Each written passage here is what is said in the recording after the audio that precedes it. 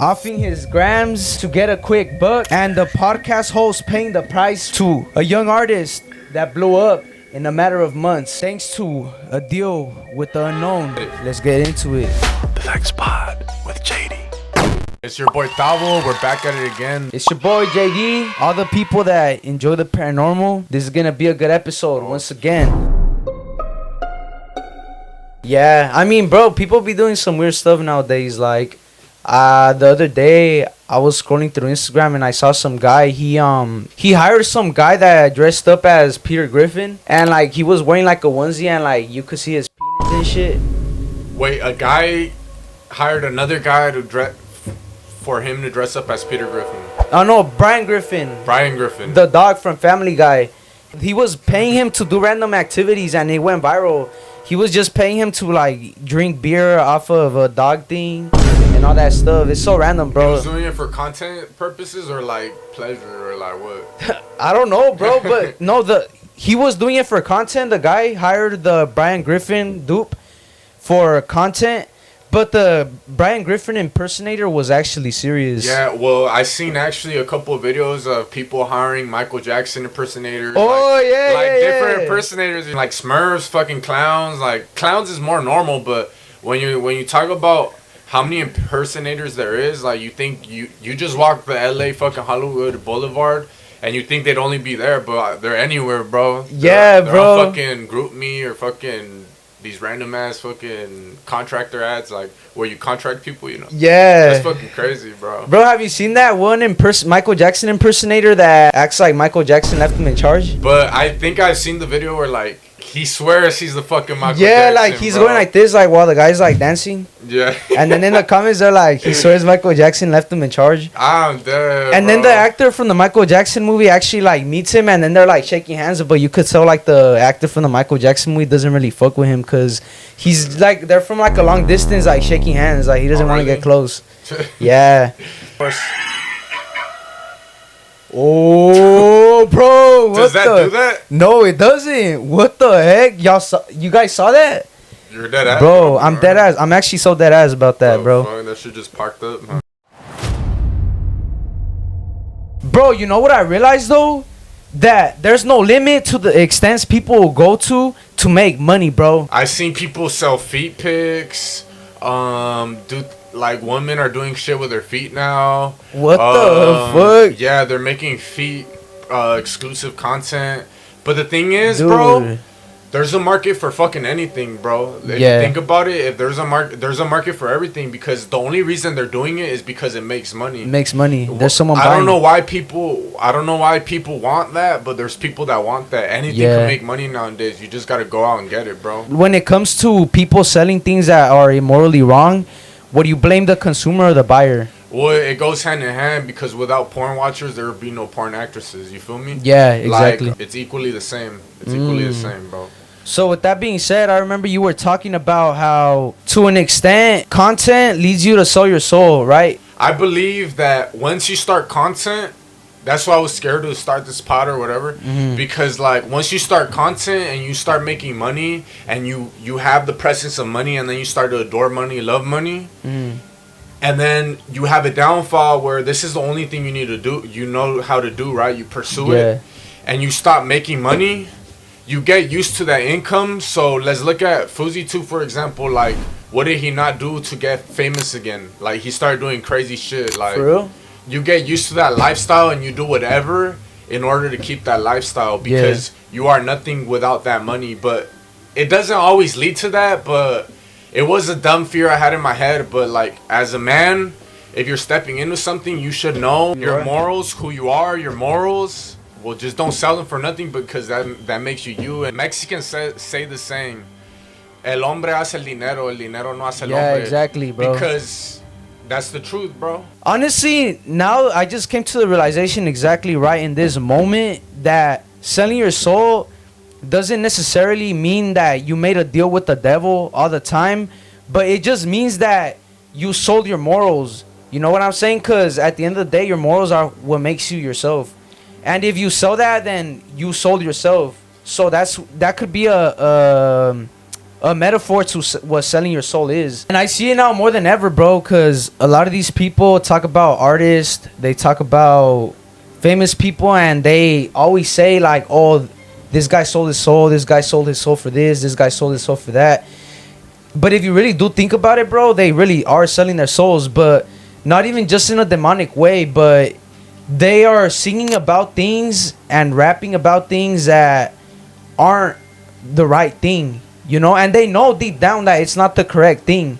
You know, like all these rappers wearing dresses, I don't know if you've seen that, you know, painting their nails, I haven't. rapping about killing each other. You know, when you start rapping about killing each other and the youth starts to listen to your music and they look up to you and idolize you, you're leading by example, you know. They're gonna want to be just like you. They're gonna want to wear the chains. They're gonna want to do this. They're gonna want to do that. And innately as a man, you should know that. And if you're still singing about that because that's what brings in the money and stuff, then that's why I think people sell their soul, quote unquote. They do what's wrong for money, and well, it's not right. And you could sell your soul in anything. That's the thing, though. Well, not sell your soul, but like in a quote unquote sell your soul without it being demonic, like you just said. Yeah. Like if you're at work and you do something that doesn't align with your morals, yeah, bro, what is that? What do you call that? Yeah, selling your soul almost. Like it doesn't align with your morals, and you have to do it because there's many cases where women have to like do sexual things with their bosses in order to keep this image, you know, yeah, or bring bread home for their kid. Yeah. Like it's from A through Z, all places you could sell your soul, but you have to remember your morals and stick by them because that's who makes you, you know. But I also do believe that there's a demonic way of doing it as well, you know. Like we've all heard the stories of people selling their souls, narcos, musicians, a guy that would play the guitar and it would sound like there was multiple people playing the guitar. Because for those of y'all that don't understand the guitar, like there's a requintero, there's the guy that does the regular like ambience, and then another guy that will help with the requinto. But this man supposedly after he made a deal with the devil, he would play like if he was fucking 3 people in one. Yeah, the blues. He would sing some blues songs. Yeah, the blues. Yeah. I'm not sure who his name was or who it was, but I did hear about it. He was like one of the first people that did it, right? Yeah. Something like that. And he even writes a song talking about how he was just walking down a road and he met the devil and he made a deal with him, you know? And if you hear his song, bro, dude, it sounds creepy. It's kind of like Mi Padrino El Diablo. Something like that. You know that song? Yeah, well, you put me on, bro. Mi Padrino El Diablo. All that shit is real, bro. And that's not even just the only case I've heard of, too, that really caught my attention. There's another one where this narco was talking about how he made a deal with the devil. And that supposedly, like, he was running or whatever because the ops were trying to kill him. And that man was just running across the field and that the bullets were like straight up just missing him. And he wasn't the only one that told that story. There was actually another guy in that same podcast that came in and he was one of the guys that was sent to kill him. And he talks about how when he was trying to shoot him, he kept like missing, bro. What the fuck? Well, as we all know, the cartel, bro, it's a very vicious game to be in, bro. Yeah, bro. Literally, bro. You know what they be doing, bro. If your ops capture you, what do they not be doing? What do they bro? not be doing is more like the real cutting your question. balls, your lips, your tongues, sending you to pieces to your family, bro. What do they not do, bro? Bro, have you ever seen the gore? What gore? Bestgore.com or something like that. Oh yeah, where they shoot. Literally, they show like shooting and all that, the slicing of heads. Yeah, bro, dude. That one random homie. We all had that one random homie that would just pull up in high school and just show us gore. Yeah, bro. And traumatize us for the fattest minute. For no reason. It was just a random school day and shit. He's like, bro, guess what I found? Like, I don't want to see that shit. And then you go home and it's low key like, in a weird way, it's addicting, bro. It is addicting, like, dude. You keep watching, you're like, what the fuck? What the fuck? What it the starts fuck? getting addicting, bro. Yeah, but I didn't get to that point, but I watched 5-6 videos and I was like, oh, what the fuck? Why am I watching so many? Yeah. You know, like, I shouldn't be watching this. I don't know why it gets so addicting, though. Dude, like, you just get on it. I'm like, what the fuck? And then you're like, what the fuck? And then what the fuck? No, bro, that dude had an actual gore addiction. The one that showed it to me. That ass, bro. Yeah, he had a gore addiction, bro. I'm not gonna lie to you. It's because I feel like Like, why do you think we're addicted or we get addicted to things like that? I think it's like a new dopamine. Like, it's like, what the fuck? Because it's like so fucking surprising. You never see it. You never seen it. And you're like, what the fuck? Like, it's not right. And you know it's not right. But, Yeah. like, you're like, what the fuck, bro? Like, it's a new Yeah. dopamine. Like, I think that's just what it is. It's just a new dopamine. Bro, that's so crazy. Yeah, but there was this guy though. Back to the story. There was this guy. He grew up poor, you know, all his life. He grew up poor in the state of Sinaloa, Mexico, and he wanted to get rich, right? Yeah. So he was willing to do anything that he had in his power, and he had an aunt that was a witch, right? Right. And she had always casted protections over the family and stuff, and he kind of didn't buy it because he wasn't really religious like that. And one day he got curious more about like on it or whatever, and he decided, because in Sinaloa, bro, they be just grandfathering you into the cartel, you know. Yeah, it's a family. It's like a family business. Yeah, it's a family business, bro. You're the most trusted. Yeah, so he got grandfathered in up next, and he started kind of getting paranoid because he almost got killed one day. And there was this lady that was his grandma's friend, and she would do like witchcraft and stuff. Okay, yeah. And she said, "Oh, if you want, I could cast a protection spell on you, but what I need from you is for you to bring one of the heads of your ops." So what the fuck? Yeah, bro. So he brings one of the heads of his ops, and he gives it to the lady, and he's kind of like, "Oh, this is bullshit, you know. Like, I'm not gonna get protected, blah blah blah, you know." And he just brought a head just because the fuck of it. Well, he's a cartel member, but yeah, bro, like he just said, that's "Fuck crazy, it, bro." That's fucking crazy, bro. So he brings the head of a cartel, right? Yeah. Of a cartel op. Well, it was his op anyways. He needed to eliminate him. So he noticed that money started coming in. Not only did he get protected, but money also started coming in more than usual. Oh shit, yeah. So he goes back to this lady, and she kept asking for crazier and crazier things each time, up to the point where he had to sacrifice his family members like one by one. So the demon that the lady was contacting to create all these things, he kept wanting more and more, and like I said, to the point where he started taking family members, and he never noticed because he almost got killed one time, and then the next day his brother died. Holy shit. And then the next time he almost got killed again, and another one of his family members died. He just wanted a protection for himself. Yeah, so he kept getting protected, and he wouldn't know like how he kept getting so lucky, up to the point where his own family started dying. his mom passed away, and that's when he started getting scared, bro, because he's kind of like, bro, how is this lady protecting me? Like, what is she doing? What is she sacrificing? And that's when she confronted the lady, and he said, "Hey, like, why are my family members dying each time I escape death?" And the lady said, "It's because the demon wants he wants more and more, and like this is what you signed up for." And the lady actually told him, like, your daughter's next. So the next time... That's fucking crazy, bro. That demons, they want more and more and more. They need more fucking... They need more and more, bro. So... That's why they're always fucking attacking people and shit, right? They're always attacking people, they're bro. They're always on the fucking hunt. Yeah, but it got to the point, bro, where his daughter was next. And the next time that he almost got, like, off, he survived. But this time, his daughter didn't. Bro. His daughter, bro? Yeah, his daughter, bro. She got... How would he feel about that, bro? Bro, fuck. He thought it couldn't... Right when he thought it couldn't get worse, one of his ops actually came in to try to, like, off him again. And... Damn, bro, had fucking ops. Bro, it was the... You know, coincidentally, bro, it was the brother of the first op he ever, like, gave for the deal with the devil. Oh, shit. Yeah. Okay. And what the ops brother did was he cut his legs off, and then by some like force of nature, like the cops came and they got the dudes, but they didn't get him.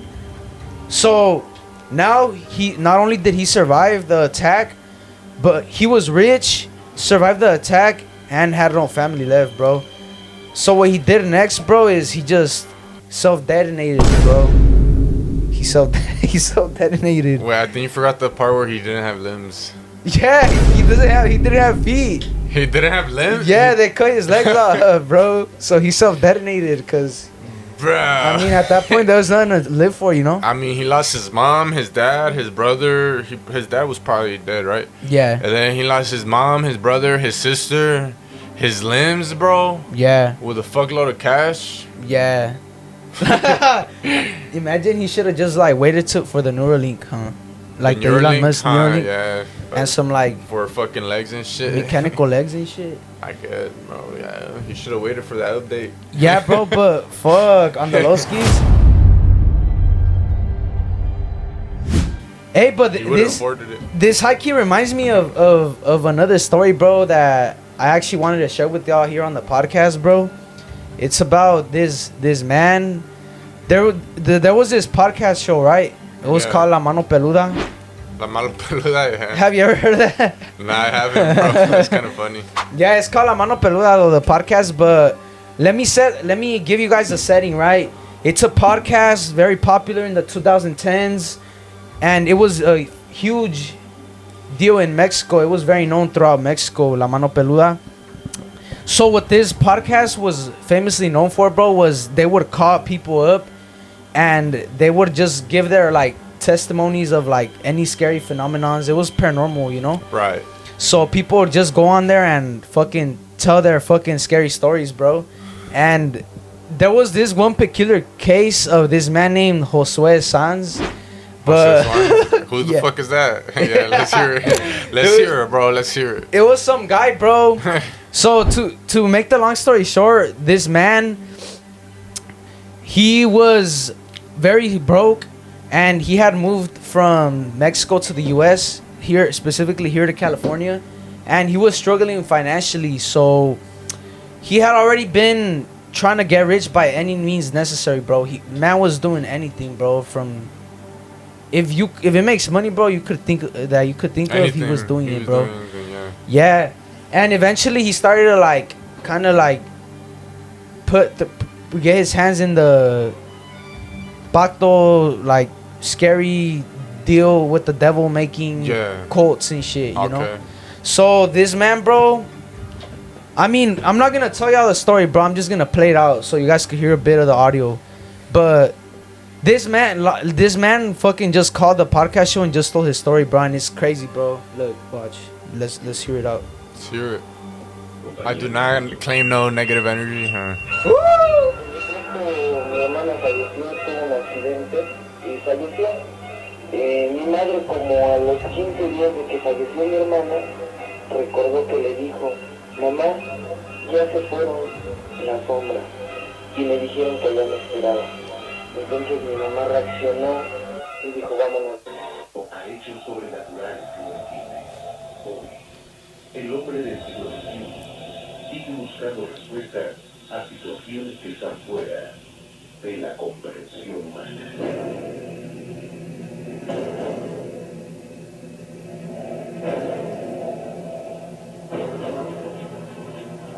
Grupo Fórmula presenta el programa más impactante de los últimos tiempos. Buenas noches. Muy buenas noches, señor. Bienvenido, gracias por estar con nosotros y gracias por escucharnos allá en el estado de California. Es para mí verdaderamente honroso que gente mexicana logre tan distinguido programa que llega a todo el mundo por vía internet. Vía internet. También, como se le escribía, muy confortante poder platicar con ustedes. Gracias, Josué, es muy amable y estoy para servirle. Muchísimas gracias, señor. Llevo más de 5 años intentando pactar con algún demonio. Mi objetivo 15 años a la verga, güey, no mames, güey. Mejor agarro un jale, güey. Con Satanás, con Lucifer, con ese demonio mayor. Sí, señor, y lo que no me pueda contestar, Josué, lo respetamos, ¿eh? ¿Para qué quiere hacer ese contacto? Mire, señor, a la edad de 14 años, sí, mi familia entró en una crisis económica severa. Perdimos cuanto teníamos. Nosotros acostumbrados a un estatus de vida diferente al que nos estamos enfrentando, empecé a buscar posibilidades de cómo poder ayudar a la economía de mi familia. Debo comentarle que fueron estas sounds kind of fruity. He does, huh? En una ocasión, bueno, llegaré al punto, señor. Me encontré un libro de brujería donde decía la forma de impactar con un demonio llamado Lucifugio Rofocale. What Yo the no lograba hell? hacer contacto con este demonio que estaba bajo el dominio de Satanás o de Belcebú o de Lucifer o cualquiera que sea el nombre de este. Podía pedirle tantísimas cosas como bienes materiales. Mi objetivo principal era en un principio tener dinero, tener todo. Sé que suena muy brusco y muy grotesco esto, pero yo quería tenerlo todo. Así que, ¿quién me podía dar todo? Pues dije que el demonio, porque le pedí muchas veces a Dios y no obtuve respuesta. What the heck, bro? Entonces, Dude, that's creepy. empecé a hacerme de textos, empecé a hacerme de literatura. Yo quería hacer las cosas bien. Consulté a brujos, consulté a todas y les preguntaba así directamente: quiero hacer pacto con el diablo. Pero yo La no, verga. yo no le quiero dar a ese señor mi alma. Yo no estoy dispuesto a ofrecerles mi alma. Tal vez negociaré con otra cosa. Yo estaba dispuesto, señor, no sé, a matar a gente para poder obtener yo lo que quería. Bro, dude, you could tell he's selfish, huh? Because he wanted to... He estaba dispuesto a... He was willing to kill people, but he didn't want to give his own soul up. Yeah, bro, that's selfish. But the thing is, like, well, he's selling his soul, bro. Like, you can't. Can you fucking? I don't know the lines of the. I don't think you could sell what's not yours, bro. You can't, huh? You can't sell what's not yours. But It could be like the case of the bruja, you know, like the bruja, like killing people, but that would be probably la santeria, no, like all that bullshit interlinks with that. well, I mean, it's all demons at the end of the day. Like, Yeah, it's the same. It's the enemy. Yeah. yeah. Okay. All right, let's continue. Tenía 14 años y hasta entonces que tengo 20 años, señor, sigo con lo mismo. Damn. En una ocasión, señor, encontré otro texto en hebreo antiguo donde había un pacto que refería una de las maneras más usuales en la antigüedad para hacer contacto con Satanás. Satanás, en forma de una invocación, empecé a orar. Oh. Me aprendí infinidad de oraciones, infinidad de rezos, infinidad de llamamientos. Le pedía: aparéceteme, le decía: quiero verte, mándame a alguien, yo quiero saber que me estás escuchando. Tardó como año y medio, señor, en que obtuve mis primeros resultados. ¿Cuáles fueron los primeros resultados? Mis primeros resultados fueron los siguientes. Yo estaba haciendo todas mis operaciones en la casa de todos ustedes, la casa en México. Yo en una oración donde yo estaba verdaderamente desesperado, me corté las venas en la parte de un río y invoqué el nombre de un demonio. Este se me apareció. Yo esperaba verlo con cuernos, esperaba verlo con cola, esperaba verlo en esta forma como la conocemos. Sin embargo, se me apareció en un señor muy delgado. Era un señor negro, muy delgado, que se sentó junto a mí. Yo, impactado, le dije: ¿quién eres tú? Él me dijo: no que me querías ver. En una forma tan tranquila, señor, donde me dijo: no que me querías ver. Y yo no sé si tonto o qué, le dije: es que tú no puedes ser el diablo, yo no creo que te me hayas aparecido a mí. Él me dijo: no, yo no soy el diablo, yo soy... Me dijo otras cosas que no puedo decirle. Claro. Ese fue mi primer acontecimiento y ese señor me acompaña y me ha acompañado desde ese momento hasta ahora. What the hell, bro? Usted, The señor, fuck? que esta persona me enseñó tantísimas cosas, me enseñó desde cómo hechizar a un perro, cómo inducir efectos benignos o malignos a la gente. No era nada.